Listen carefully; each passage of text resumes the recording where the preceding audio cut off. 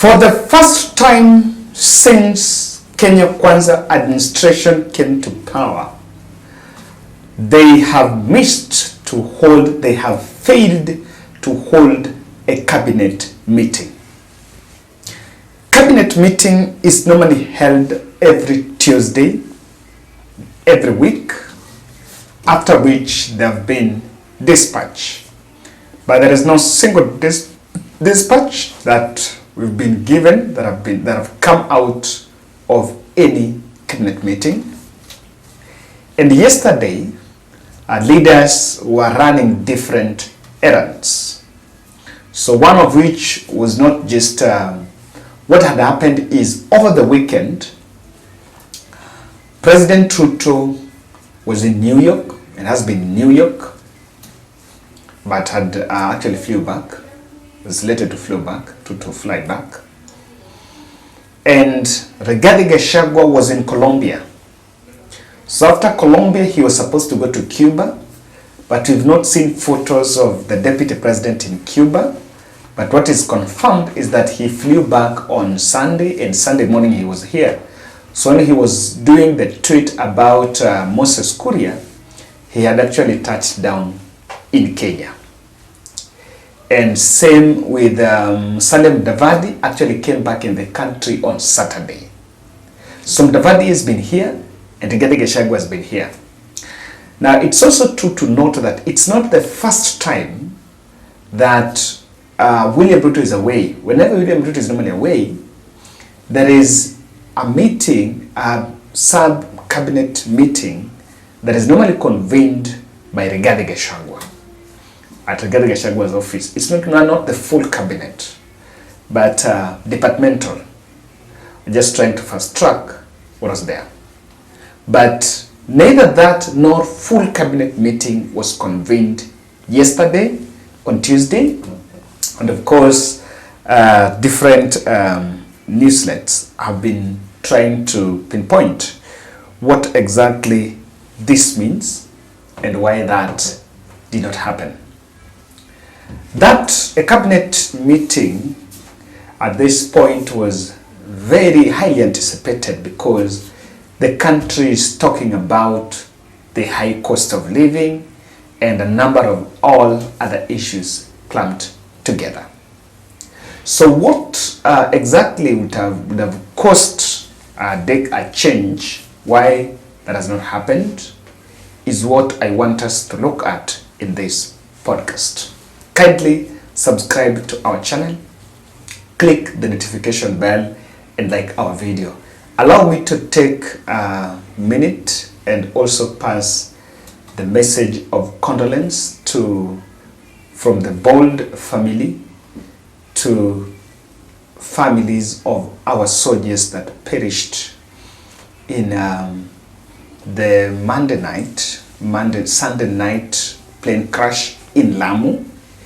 Yes, the figures have not been given out, but of course, looking at how it has caught the attention. In fact, the government has even established a commission of inquiry to inquire more on that. Yeah, I think I saw someone in the comment section saying that Kevin have also lost a relative in one of our videos here. So I want to pass that condolence message to them.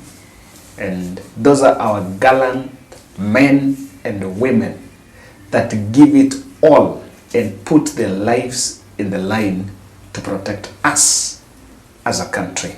Humanity always comes first, and that is a very strong value in the Bold family.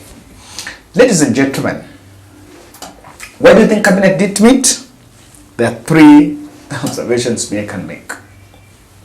I think the bad blood, the recent altercation, crack between Kuria and Rigathi is largely to contribute to that.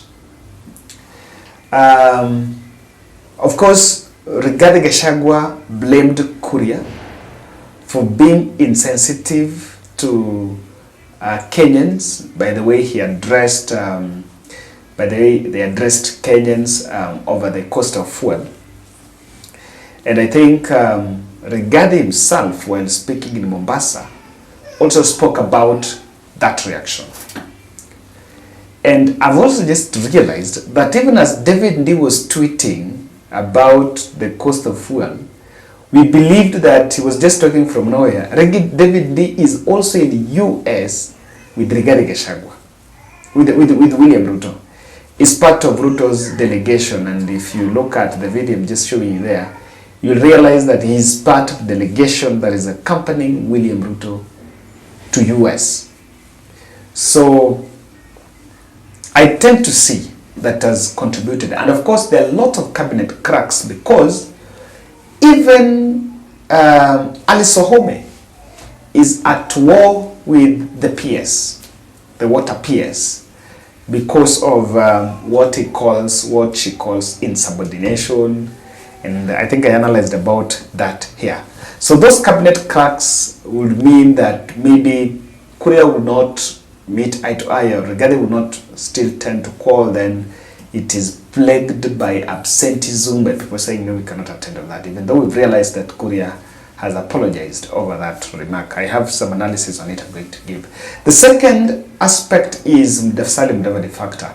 I have not seen Musalia Mudavadi in public, but again, there is a very clear line that I think Ruto opted to put Mudavadi to be in charge of government, especially the cabinet, instead of Rigathi. So because both of them are here, maybe there would have a clash, a wrangle between who is to be favored.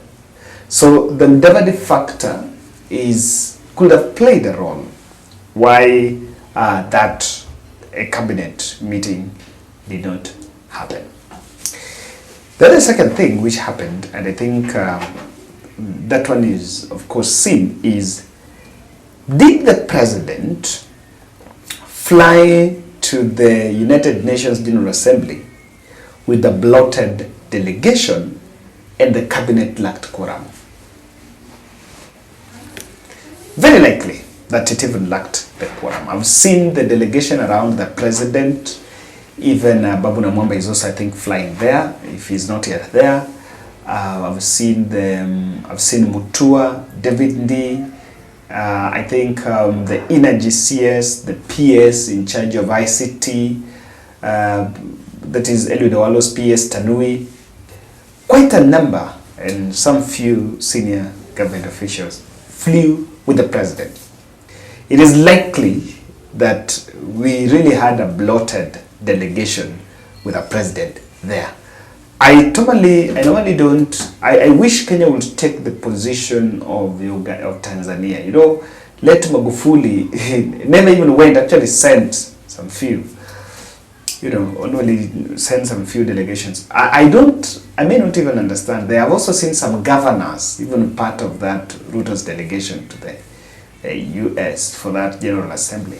Even though, I don't know whether they're just accompanying the president or there are also some other side meetings they are getting.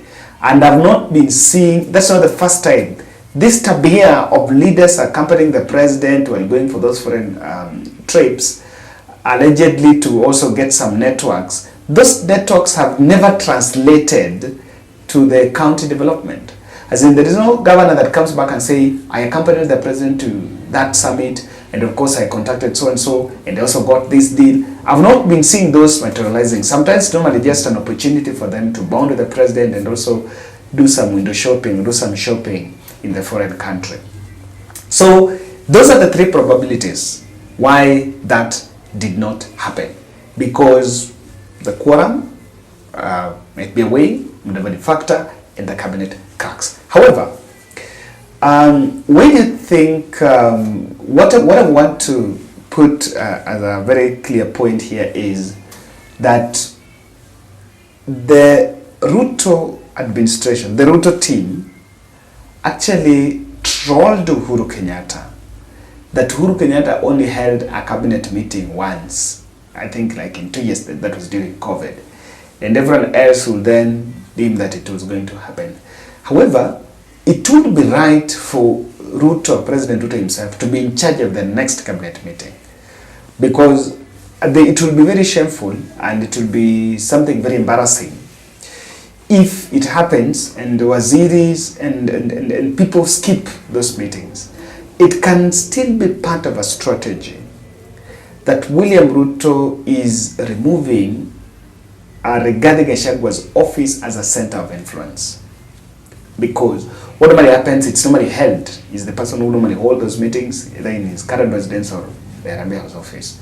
So probably he's also decided that in my absence, I'm not going to establish that influence. You will realize that Moses Kuria has been busy launching all those industrial parks in conjunction with the county. I think for better part of this week he was in Migori, Siaya, Kisii, Nyandarua. I think he may be heading somewhere else. So every other person is being kept busy. And it could have been by design to deny Rigathi Gachagua that center of influence. Thank you.